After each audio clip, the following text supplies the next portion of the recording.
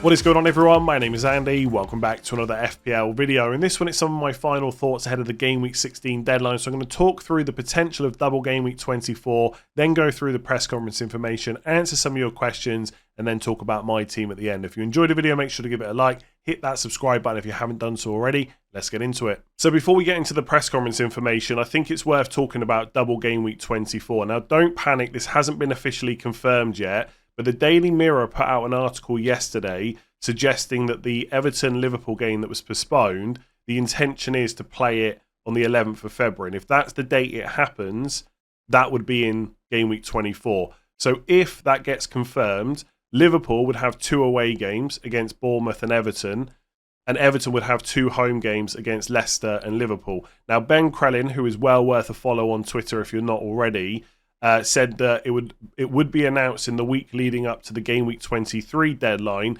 if Liverpool avoid defeat against Lille. I think basically, and I might have this wrong, for it to go into Game Week 24, it needs Liverpool to finish in the top 8 in the Champions League, which is quite likely to happen. So even if they do get beaten by Lille, it's still a good chance that the double will be in Game Week 24. So not officially confirmed, but I would say there's a very high likelihood this is now what happens. In the short term, you probably don't need to change too many of your transfers, but I guess if you're looking to bring Liverpool players in because the fixture run is so good, this is just another reason to do it. But in terms of official confirmation, we're going to be waiting for a good few game weeks yet before we get that. For anyone like me that wasted their triple captainship in Game Week 9 on Haaland, I think this double going into 24 instead of 25 is probably a little bit of a positive for us. I mean, Salah could easily do damage against Bournemouth away and Everton away, but it's not as good as what Game Week 25 would have been, which would have been Wolves at home and Everton away. So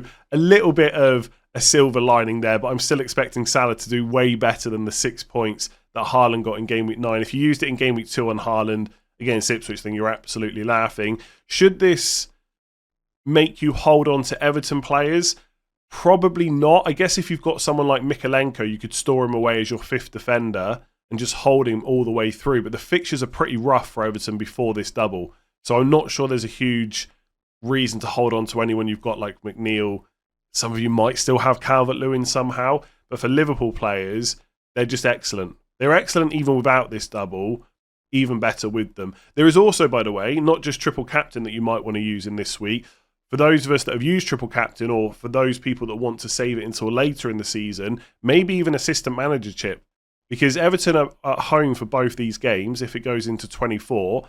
Leicester at home, good chance of winning that.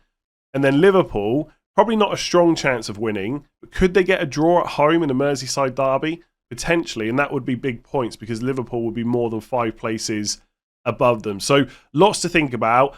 I really wouldn't put too much thinking into it over the next couple of weeks. Right, Christmas is coming up. If that's something you celebrate, you don't need to massively change your transfer plans based on this information, but it's worth having in the back of your mind the closer we get to 24. So let's get into the press conference information. First up, Newcastle. Eddie Howe confirmed that Callum Wilson has a hamstring injury and is likely to be out for about 8 weeks. So for anyone that was thinking about getting Isak but was slightly worried about his minutes because Wilson has been in the squads recently, there's no issue there whatsoever. For what it's worth, I don't think Wilson would have had a big impact on Isak anyway. I think Isak is so far ahead of Wilson now for that number 9 spot, it wouldn't have mattered, but I guess this helps. So I think as long as Isak can stay fit, he's going to play a lot of 90 minutes over the next few weeks, and the fixtures are very good. Now, he's not completely immune from picking up injuries. We've already seen him miss a couple of games so far this season. So he only played 21 minutes against Palace in Game Week 13.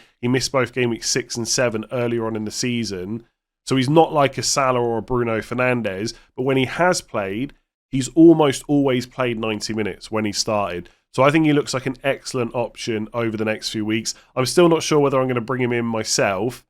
But if I don't, I'm going to be very jealous of anyone that's got him and probably hiding behind a sofa on, is it Saturday? Yeah, Saturday at 3 p.m. I might not have Isak, Cunha, Ain't Nouri or Saka, and they're all playing at 3 p.m. with good fixtures. That could be painful. Back to Newcastle.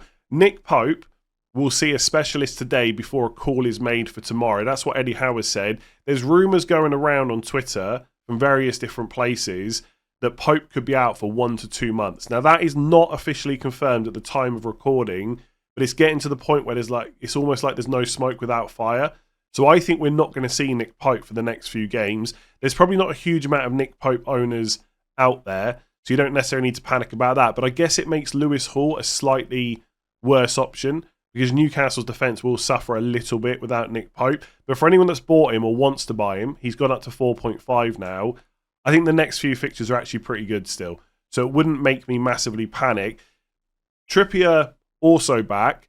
There's a few people still worried about Trippier playing right back, Livramento moving to left back, which we saw quite a bit last season. I don't think that's going to happen. I don't think Trippier is a big worry for Lewis Hall. I think at this point, Lewis Hall has established himself as first choice left back. And if you look at Trippier earlier on in the season, so game weeks 5, 6 and 7, he played 73, 77 and 70 minutes. Lewis Hall played 90 in every single one of those games. Livramento was on the bench instead.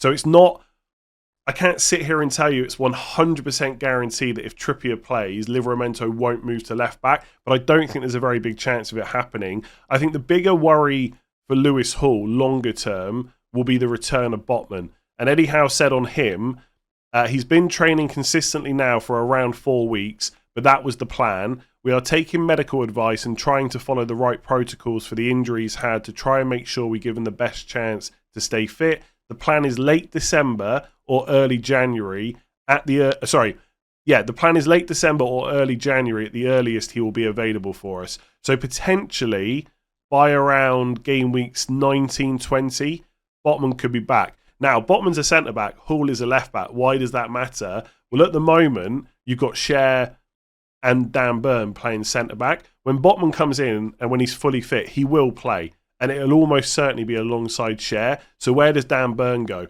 It might be that Lewis Hall has played so well in that role that Eddie Howe keeps him there. But Eddie Howe, based on last season, absolutely loves Dan Burn. And I don't think it's completely impossible that when Botman's fit, Dan Burn moves back to left back, or at least takes significant minutes off of Lewis Hall. So I'm not trying to put people off buying him. Again, it's another player I'm a little bit worried about over the next couple of game weeks. But I think with Villa at home in 18, United away in 19 and Spurs away in 20, there's not a huge amount of clean sheets there. And by the time you start getting to game week 21, there is potential for his minutes to be reduced. So if you're banking on him being a long-term option in your team, I'm just telling you there's a few risks there. They're minor, absolutely, and he does have good attacking threat, so I understand why people want to go for him, but he is more of a minor risk for minutes than someone like Colwell, who's a lot more boring. So please don't let me put you off buying Lewis Hall. I'm just giving you the information. You can make the decision. So for Liverpool, Arne Slot said that Jota and Chiesa are expected to be available to face Fulham this week in game week 16. Now, I don't expect either of them to start that game because they've been out for a little while,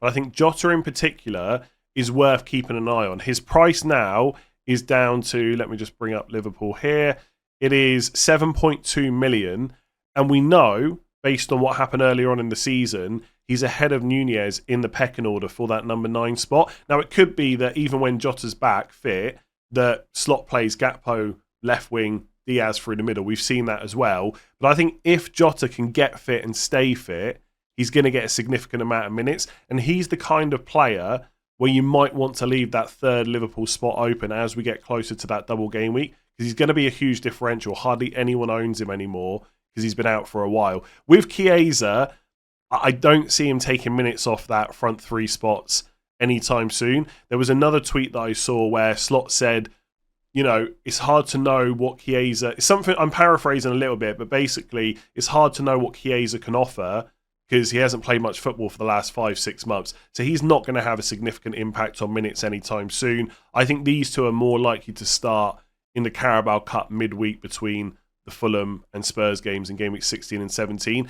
Elsewhere, this wasn't directly from Slot, but David Lynch, I think, said on Anfield Agenda, this was on Konate, he's not in a knee brace now. It kind of tallies with what I said, that it's not quite the 5 to 6 weeks that was being touted. There's real hope that he can be back before that. So hopefully the back end of December rather than January. So like Botman, Konate could be back around, what would it be? Game weeks 20, 19, 20, something like that.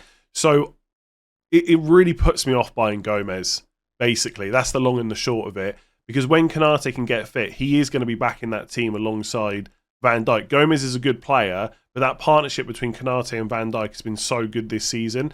And I just think, and I know already people are going to be getting sick of me talking about double game weeks because it feels like we get fixated on them, but you are going to want triple Liverpool. Even if that includes Arne Slot with your assistant manager chip, you will want at least 3 slots for Liverpool. One of them is not going to be Gomez, almost certainly, by the time we get to when it happens. So I think if you put him in now, you've got that Spurs away game in 17, and then 3 game weeks later, he might lose his place. So that would put me off. Also, Tsimikas is probably going to be back around the same time as Konate. Not a guarantee, but that's kind of the noise that's going around. So that would also put me off Robertson. If you're on like a game week 18, 19 wildcard, you still haven't used your first wildcard, then maybe it's worth looking at the likes of Robertson and Gomez. But anyone that's used their first wildcard, I would just completely ignore them. I think the defenders to buy right now are clearly Trent or Van Dijk. Let's talk about Arsenal next. And as much as it's frustrating from an FPL point of view, I do find it quite funny listening to Mikel Arteta. The lack of information that he wants to give away, the mind games that he's playing with other managers. I listened to the press conference today. The first question was about Gabriel and Calafiori and their availability for this week. And he said there is a possibility with one of them to be available. He trained today and we will see tomorrow. So he's confirmed that one of Gabriel or Calafiori could be available, but we don't know which one it is. Now, luckily, the rest of the press conference seemed to indicate that it's probably Gabriel. Just towards the end of him saying we will see tomorrow, he says yeah. Now, that might just be in the flow of the answer he's giving, but in the background, it sounds like the original reporter that asked the question is basically saying, is that one player Gabriel? And he seems to say yes. So maybe Gabriel is the one. Also, later on, he went on to say that Calafiori's getting close, but he's not quite ready. So it does sound like Gabriel is much closer and is a possibility for tomorrow. But as always, we don't have 100% confirmation. Now, if this is big for your plans in game week 16, the Arsenal game is one of the earlier kickoffs. There's no 12:30 kickoff tomorrow, so the deadline is 1:30 p.m. UK time. We've got Arsenal, Liverpool, Newcastle and Wolves all playing at 3 p.m. So we might get some information that comes out. We don't tend to get a huge amount of Arsenal leaks, but there might be journalists that put out information indicating that Gabriel is in the team. If we don't get anything of that, I would say if you've got good bench cover or got someone that you don't mind playing, is not fantastic but is okay, I would risk Gabriel if you own him. Because there is a chance he's going to be available for this Everton game. And if he's not, Palace away in 17, Ipswich at home in 18 is pretty good. And if he is, if we take Arteta on his word, and he has given us a bit of information in recent press conferences, then Gabriel's close for this game. And that's the word that's been coming out from journalists as well. And so if he doesn't make it, you'd hope that he'll be back for 17. And I still think he's a great option moving forward because of that goal threat and how good the Arsenal defence is. If you're in a really tricky position defensively, maybe you could look to sell him to like a Timber or Saliba. But I think in most cases I would look to hold on to. If you've got Calafiori, sounds like he's a little bit further away, and maybe there's more reason to move him on. But for Gabriel, there is now a bit of hope. Not a guarantee, but some hope at least. So for Watkins, he picked up a small injury during their Champions League game midweek and was brought off for Duran. I believe it was at half-time. Unai Emery spoke about Watkins today and said he'll decide on his availability for Saturday's match at Nottingham Forest after training this afternoon. So Watkins is not completely ruled out, but he's not definitely available either, but it is just a small injury. So if it's going to take you a hit or something like that to take him out of your team, I'd maybe look to hold on to him. But I think because there is a slight doubt there, and the next 3 fixtures are not amazing either, Forest away, City at home, Newcastle away, and Watkins' minutes have been fairly low in recent games, possibly because of the build-up in schedule, but also because they've got the ability to do that with Duran there. I think I'd be looking to sell him if you've got the spare transfer. Because even if Watkins is not completely out, but not 100%, they could just use Duran. I think Watkins' all-round game is better, of course, and I think where possible, Unai Emery will always play Watkins. But if there's any possibility of making that injury worse, like why would you risk it when you've got Duran there? I don't know. I think Watkins is a great player. I'm just not sure he's a brilliant FPL option right now at 9 million. If you've got the free move to go to Isak, I think that's really straightforward. Or even down to a cheaper forward and then use the money elsewhere. Like 64 minutes against Brentford, then he didn't even start against Southampton. You might see something similar over Christmas. The games are tougher, so there's less chance of that happening. And it's not like I think he's going to keep getting brought off by 60 minutes, right? He played 83, 90 before that. Then it was 64 before that, then 90, 81, 74. So he's not that 90-minute man every single week now. He's a slight doubt. It is just a small injury, apparently. If you got the transfer, I'm moving him on. So on Fulham, Marco Silva said there's no fresh team news. Joachim Andersen, Harrison Reed and Reece Nelson will be out for game week 16. Bassey and Kearney are suspended. I think on Reece Nelson, I saw elsewhere that he's going to be out for weeks, but I guess from an FPL point of view, it's not a huge issue. There's probably not a massive amount of owners out there.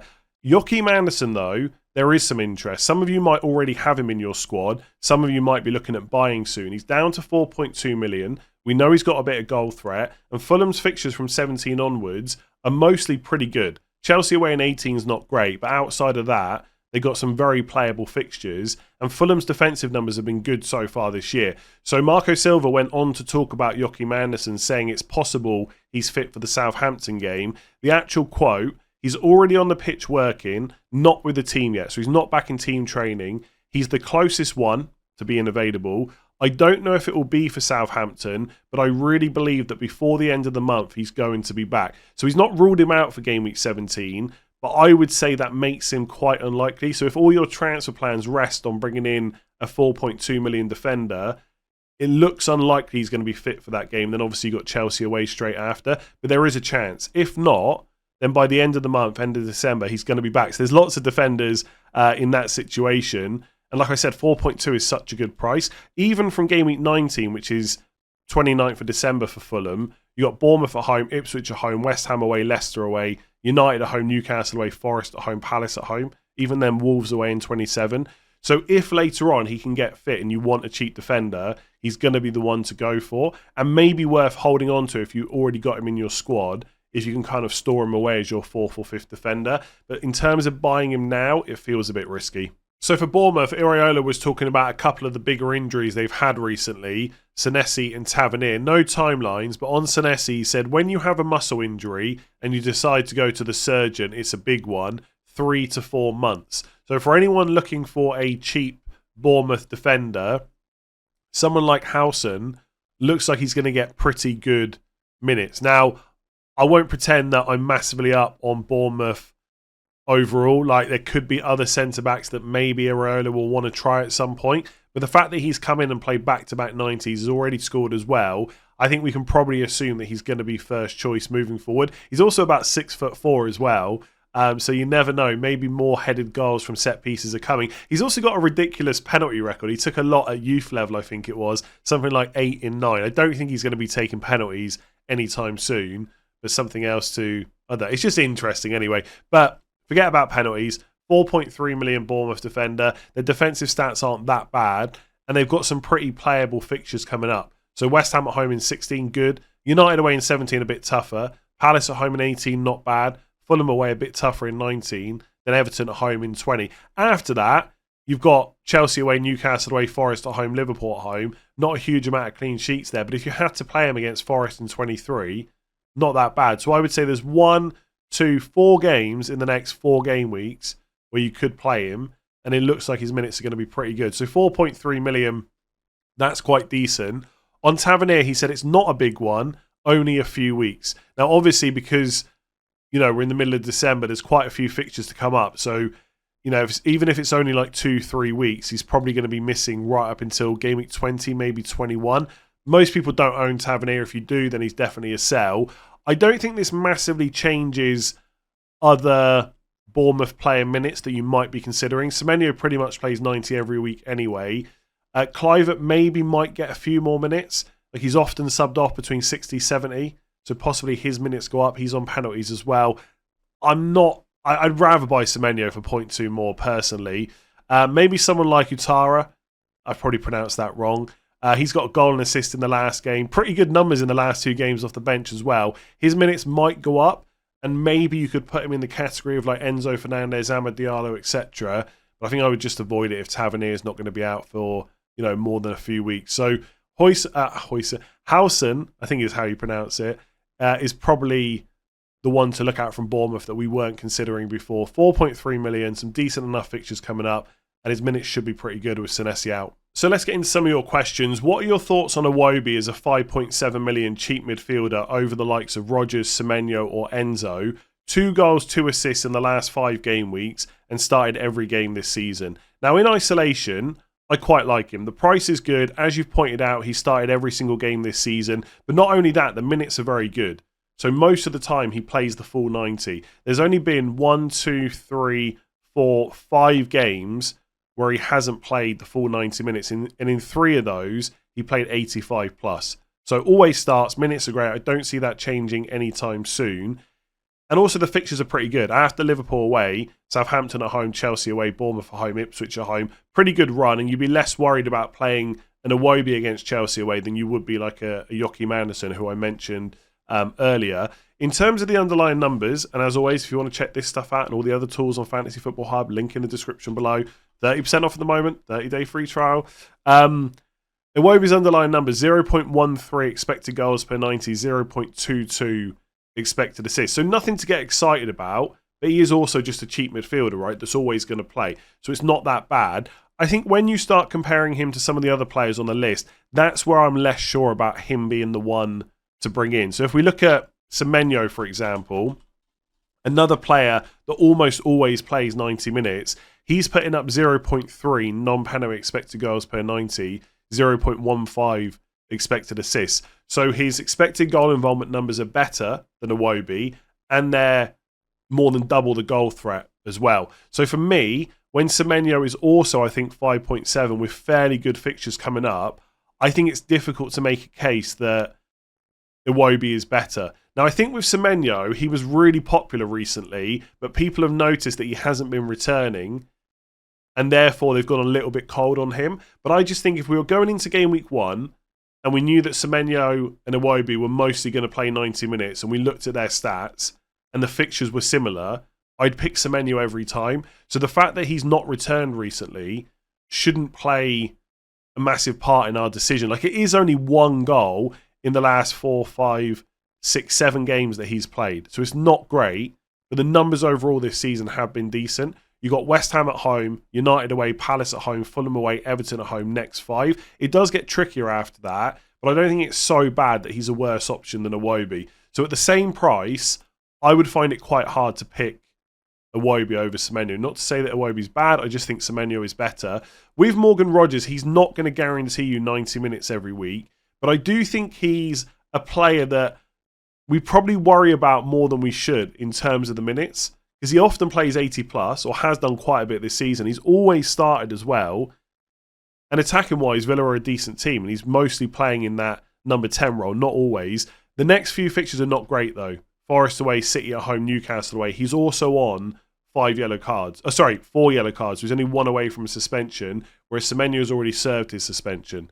So I think you can make an argument to buy Semenyo over Rodgers right now if you've got the money, or maybe even Iwobi. But I think if you've got Rodgers, I think it's a tough justification to use a transfer on him, especially if you got him cheap. Like, he's 5.4 now, so if we're talking buying new, Semenyo's only 0.3 more, and I would get that. But if you've got Rodgers at 5 and you'll consider selling him, again, I don't think it's a terrible idea. I said this in my team selection video yesterday. I'm using Rodgers so much as cover for other players. Maybe I should upgrade that position. But I think at 5, he's just someone I want to leave in my team for most of the season. With Enzo, I find it trickier to know what my opinion is about him. Let me just put in Enzo instead of Fernandez, sorry, and we'll find his numbers. Because over the season, like, his expected goal involvement numbers are very similar to Iwobi, right? But everyone's very excited about Enzo, not so much about Iwobi. Maybe he's going to continue playing in this attacking role for Chelsea, but I don't think that's a guarantee. And I'm not completely convinced his minutes are 100% guaranteed either. It's going to be very difficult for Maresca to take him out of the team while he's playing like this, but he has taken him out of the team already this season. And if he wants to play Gusto at right back in one of the games and move Caicedo back to midfield, okay, maybe it'll be Lavia that just misses out. Of course, that could happen. But is it a 100% guarantee it's not Enzo instead? I don't know, right? Chelsea fans seem pretty confident he's absolutely nailed right now, and maybe he is. But I think the idea that he's going to keep up this level of returns is not quite there. And I think for that reason, I'd rather go for one of the other players on the list and just keep that Chelsea spot free. It's difficult. I'm struggling to know what to make of Enzo, because so many people are talking about him like he's this amazing. He's only 5 million, right? Got to put that into context as well. So he's cheaper than the rest. So that is worthwhile thinking about. And everyone's talking about him so much that I feel like I've got it wrong. Like maybe he is worth all this hype. But I can't help but feel, I wouldn't say he's a trap. Absolutely not. I think as a 5 million enabler, Enzo is really good. But I feel like most people that are bringing him in, their expectations are probably too high for what he's actually going to deliver. But the fixtures are amazing. They really are for Chelsea. They're so good. So if I was picking one right now, I would go for Semenyo if money's no object. And I don't mind Enzo as that cheaper enabler if you need that cash for like Trent or whoever it is. Iwobi's good. He might actually be the fourth one on this list that I buy. I really like Eze as a differential. Palace are playing better now. What do you think? So I also like Eze, and I've got my eye on bringing him into my own squad potentially in a few weeks' time. I think because they've got to play Arsenal soon, I don't see a mad rush to bring him in. I think he's going to be very popular by game weeks 18 or 19 because he's only 6.6 million. The fixtures for Palace are very good. I've already seen people starting to talk about Mateta as well. And I think there's a few players in people's squads that they're going to be looking to downgrade to get money elsewhere. So for my team, that would be to sell in Burmo to free up money by getting Eze to then potentially put it into my attack or defence. For other people, it might be Fernandes, whoever it is, right? Eze is going to become more popular. Now, I think when you know that that's going to happen, there's a temptation to get on early before everyone else. But I think with the Arsenal game, there's just no rush to do that. I just don't see a huge amount of returns in that. I think because he's an attacker rather than a defender, if you needed a new, cheaper midfielder right now, you can probably justify it because Brighton away, Bournemouth away in 16 and 18, either side of Arsenal, are not terrible. But I don't think this is necessarily a great week to get him if your other midfielders look pretty good right now. I think 18, 19 is probably the time to jump on. But at 6.6 million, he offers, when fit, a player that's absolutely nailed on in that Palace side. I think recently, since he's been back, his minutes have been quite low. So 64 in game week 13, followed by 75 and 71. But we have to remember that game week 14 was midweek. So he's just back from an injury. You got to play 3 games in quick succession. I don't think it's a complete surprise that he didn't play 90 in any of them. Whereas you look at earlier on in the season, the first 9 game weeks when he was fit, he's played 90 every time. I don't think he's the perfect player because he does seem to have a bit of a record of picking up small injuries. He's not necessarily out for a long time, but he does always seem to pick up the odd one here or there. And in terms of penalties, it's probably going to be Mateta taking the next one. From what Glasner said before, it seems like Eze and Mateta are the 2 penalty takers for Palace. But because Mateta took the last one, he'll probably take the next one as well. But if Mateta was off the pitch, then maybe Eze would take it instead. Although Mateta recently has played a lot of 90 minutes. So I think Palace probably are playing a little bit better with Eze back now. I think the fixtures coming up are good. I don't see a rush to get him now. But if you need a cheap midfielder now and you've got that kind of money to spend, you want him long term, I think it's fine to get him. So over the Christmas period, would you rather put money into Isak and Jackson up top or Trent and Alisson at the back? Now, I'm going to have to answer this question in relation to my own team because I've got this exact dilemma this week. If I don't buy Saka, which is looking likely, then one of Isak or Trent will come in for me. So depending on your viewpoint, I'm either the best person to ask because I've thought about this a lot, or the worst person because I haven't yet come to a conclusion, but I can walk you through my thought process, which will be quite similar to the team selection video yesterday. So if you want to skip to the next question, absolutely fine. I think a lot of this comes down to how happy you are with your defenders and how happy you are with your current forwards, but also how happy you would be with the alternatives to whichever one of Trent or Isak you don't bring in. So what I mean by that is, if I look at my defence, I've got Gabriel. Now, I've not yet seen the Arteta press conference at the time of answering this question, but I'm going to assume that Gabriel is going to be a bit of a doubt going into this week. Saliba's fine. Pinnock, terrible fixture. Greaves doesn't always play. Lewis is suspended, right? So I'm not happy with my defence. So it would make a lot more sense probably for me to get Trent. When I look at my forward line, I have got a fear of missing out over Isak, but I think Raul Jimenez from next week is pretty good. Fulham's fixtures are decent. He's first choice, probably even first choice penalty taker right now with Andreas Pereira off the pitch, and he's cheap. João Pedro, nice value option. And Solanke, there are some concerns about, but he's got Southampton this week. So I think when you look at my defence versus forward line, it would make way more sense for me to get Trent in. But let's say that the fear of missing out from Isak is too much and I want to bring him in. So if I do Raul Jimenez to Isak, I would have to make up 0.5 million. Now, I could just do something like Lewis to a Ipswich defender, right? But that leaves me really stuck with the rest of my defence. So in reality, to get the money and to have a good defence and have Isak this week, I would have to sell one of my Arsenal defenders. So let's say we find out that Gabriel's ruled out. I could get rid of him and Rico Lewis, and then I could go to like Colwill and then someone priced at 5.8 or below. Now, this is where the problems start from my viewpoint on Isak, is that I can't go to a Liverpool defender apart from Gomez, and for me, that's too short term. And if I'm not picking, I could go for Timber, to be fair, right? But let's say I didn't want triple Arsenal defence, or you've already got Saka, which a lot of you will have. Let's just pretend I can't get Timber either. Then I'm looking for another defender that's not Liverpool or Arsenal. And I don't particularly like any of them, right? Lewis Hall, not bad, but I think there are some risks there long term. Robinson, not bad from next week. Longer term, Munoz at Crystal Palace might be good, but from a defensive point of view, the next three fixtures for Palace aren't great. So I'd suddenly be really struggling for defenders to bring in if I wanted to sell Raul Jimenez to get Isak. So for me, I find it easier to, and maybe I'm just trying to help myself make this help myself actually make this decision, because I'm quite happy with the forward line and I'm not so happy selling Arsenal defenders. It probably makes more sense for me just to get Trent. So essentially, I'm saying that Trent, Saliba, Gabriel, Raul Jimenez, João Pedro, Solanke is better than a cheaper defender to try and fit Isak in somewhere. Now, you're going to have to think about this individually for your own squad. You might have more team value than me. You might not have a Solanke. You might have someone that you're more than happy to sell, and it's a lot easier to get Isak for you without having to sell like Arsenal defenders and stuff like that. But the way my team is set up, I think it makes probably, and I'm not completely settled on it, more sense to get Trent because I love that defence and I still quite like my forward line.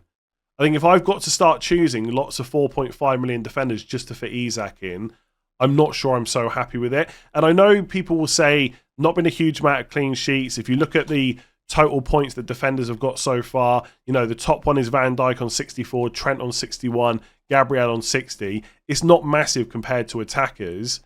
But I still think the likes of Solanke, João Pedro and Raul Jimenez will do well for me over the next few weeks. So as a combination, I prefer like Gabriel, Trent, Raul Jimenez than Colwill, a 5.8 million defender that's not Arsenal or Liverpool, and Isak.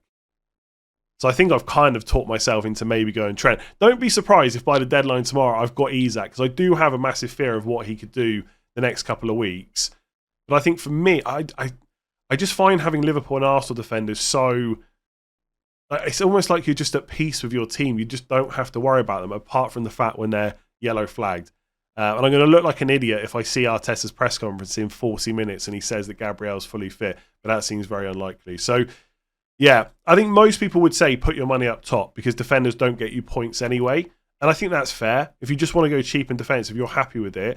And if you're someone that's this week looking at Lewis Hall, Colwill and Ait-Nouri, great. Your defence looks decent this week for a cheap setup. Get Isak and then worry about moving some of those defenders on later. For me, I'm in a slightly different position where apart from Colwill, there's no one else I really want to buy.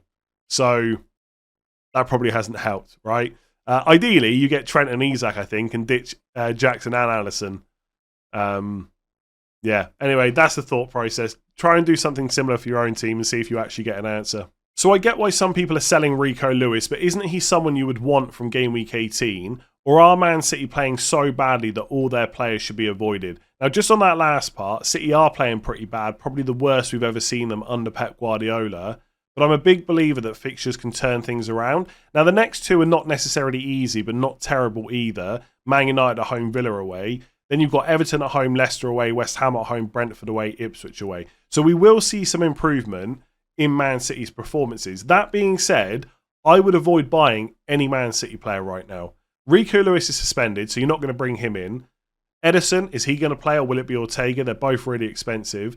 The other defenders are either injured or too much money. There is no way you could justify buying Vardiol, for example, over an Arsenal or Liverpool defender. In midfield, if Foden and De Bruyne get the right minutes over Christmas, they'll be great. But who's selling Saka, Palmer or Salah to get them? Absolutely no one. And most people don't have the money to upgrade their other midfielders to Foden or De Bruyne. If you do have the money, you should probably be buying Trent or Isak instead.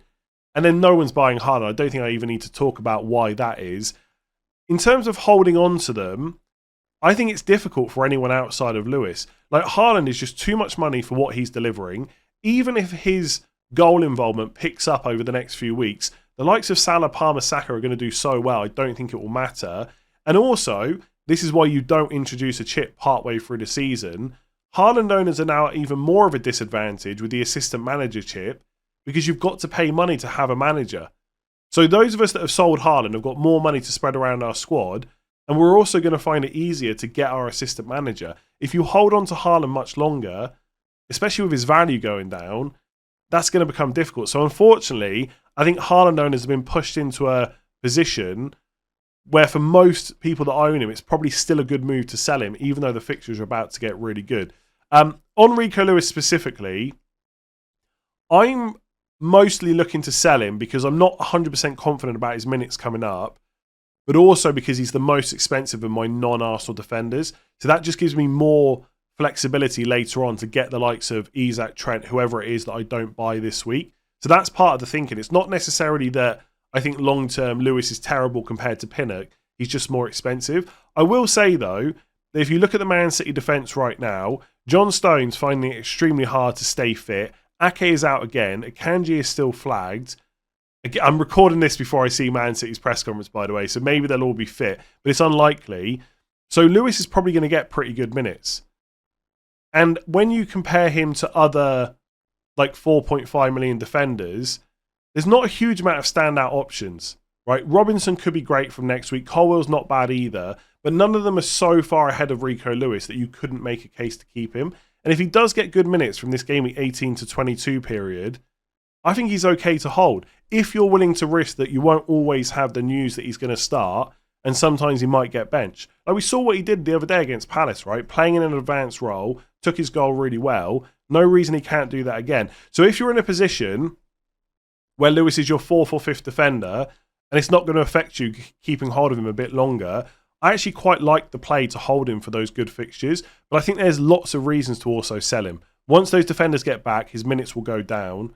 You're not going to guarantee a start every week, and he's obviously a bit more expensive than some of your other defenders. So I think I hate saying this, it's so cliche, but Lewis is a bit team dependent. He's the only Man City player I'd be willing to hold much longer.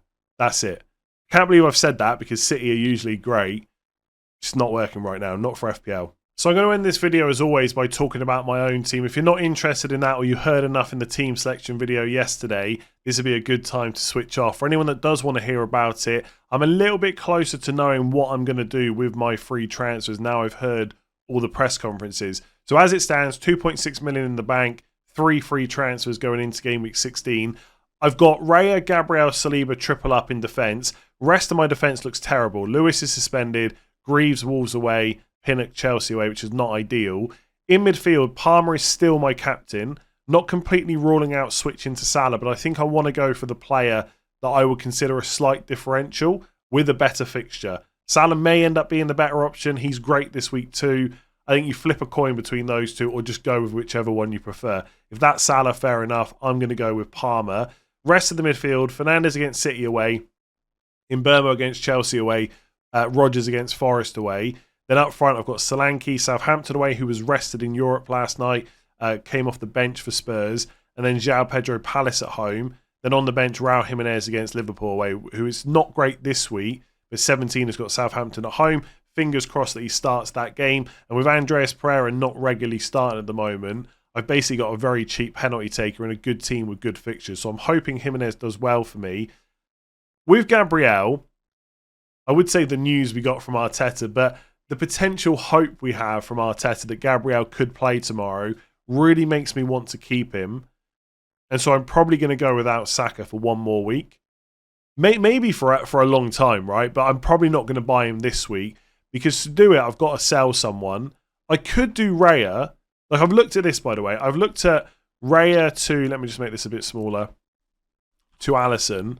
That would free up the Arsenal spot and give me a Liverpool defensive option. I'd have 2.7 million in the bank, so I could just do Fernandes straight to Saka and then Lewis to like a Colwill. So that sorts out my defence. I hope Gabriel plays. I free up the Arsenal spot and I get Saka in. But then I've got hardly any money to get Trent, no money to get Isak either. I think I'm just going to ignore Saka for a couple more weeks. And I think if I get past game week 18 without him, I'm not sure there's a time anytime soon that he comes in. So not completely ruling it out, but I don't really want to sell Gabriel and I don't feel like I can sell Saliba before him. So I think what I'm going to do is probably Lewis, maybe Pinnock to Trent. And I may even just roll the other two transfers. Basically, if I do that, I'm taking a risk that Gabriel doesn't play. Because if he doesn't, I've got Pinnock or Greaves coming off the bench. Neither of which is a good option. But I'm loath to do Pinnock to Colwill just to have bench cover. And I also feel like as much as Colwill is a good option, I may well buy him in a future week. There's potentially other cheap defenders that I might want over the next couple of game weeks that I wouldn't necessarily want to buy this week. Maybe Fulham and Palace, for example. And if Gabriel does play, I've basically used a transfer for a bench option. And look, Colwill is much better than Pinnock long term, but Pinnock has Forest at home in 17. So if I had to play him for that game, it probably wouldn't force me into a transfer. So I think as it stands, I'm going to keep faith in Solanke, João Pedro and Raul Jimenez, not get Isak, not sell any of my Arsenal defenders either, so I won't be getting Saka, and I just get Trent in place for Rico Lewis. The fact I've got the money in the bank to do it is quite a nice place to be. I may sell Pinnock instead for reasons I spoke about earlier, where if I do Pinnock to Trent, I can still afford it in one move, and then you've got Rico Lewis for these better fixtures that are coming up. But I'm not convinced I'm going to be happy having him not knowing when he's going to start, even though he does keep starting. I've got to keep reminding myself of that. He's only missed one of the last 5 games, but it's still annoying when he misses out. So I think the fact that Lewis is more expensive will probably make me sell him. And then I don't think I've got a massive need to spend the other 2 transfers necessarily. Like, Mbeumo and Fernandes are not great this week, but they both look better next week. Forest at home for Mbeumo, Bournemouth at home, I think it is, yeah, for Fernandes. Then Wolves away, Newcastle at home. I think that's the move. Trent and roll 2 transfers. The only thing is, I'm going to get to game week 17 and not really have a use for those transfers and then build them up to 4. And I'm not sure my team is so good that I can roll up to 4 transfers. So there's still part of me that thinks just spend them this week. Like, the other option is to do that Alisson move. So this is going to be funny, actually. So bring in Alisson, right? Do Lewis to Colwill to make sure I've got that third defender and just hope that Gabriel starts.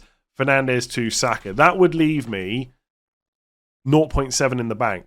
So I could, I think, do later on Saliba to Trent, not this week, obviously, and then selling Mbeumo down to Eze, right? So that would be 3 moves this week to get Saka, and then 2 moves in game week 18 to do Saliba to Trent, although it wouldn't be great to sell Saliba before Ipswich at home, but Trent against Leicester at home is better, and then get Eze in ahead of his good fixtures. And I've got 0.5 million spare, so I'm unlikely to get priced out of that. Do you know what my worry is about doing that? Is I would then have Salah, Trent, and Alisson Becker, right? So I wouldn't be able to get in like Jota if he's a differential, or Van Dijk if I needed him. But also, what if I need Slot as my assistant manager? I don't know what price he is yet. I think once we have the prices of the managers, we can then start forming a strategy about when we might want to use them. Like, do I want to block that spot? I can't believe I'm saying that, but do I want to block a spot with Alisson when I might want to get Slot or Jota?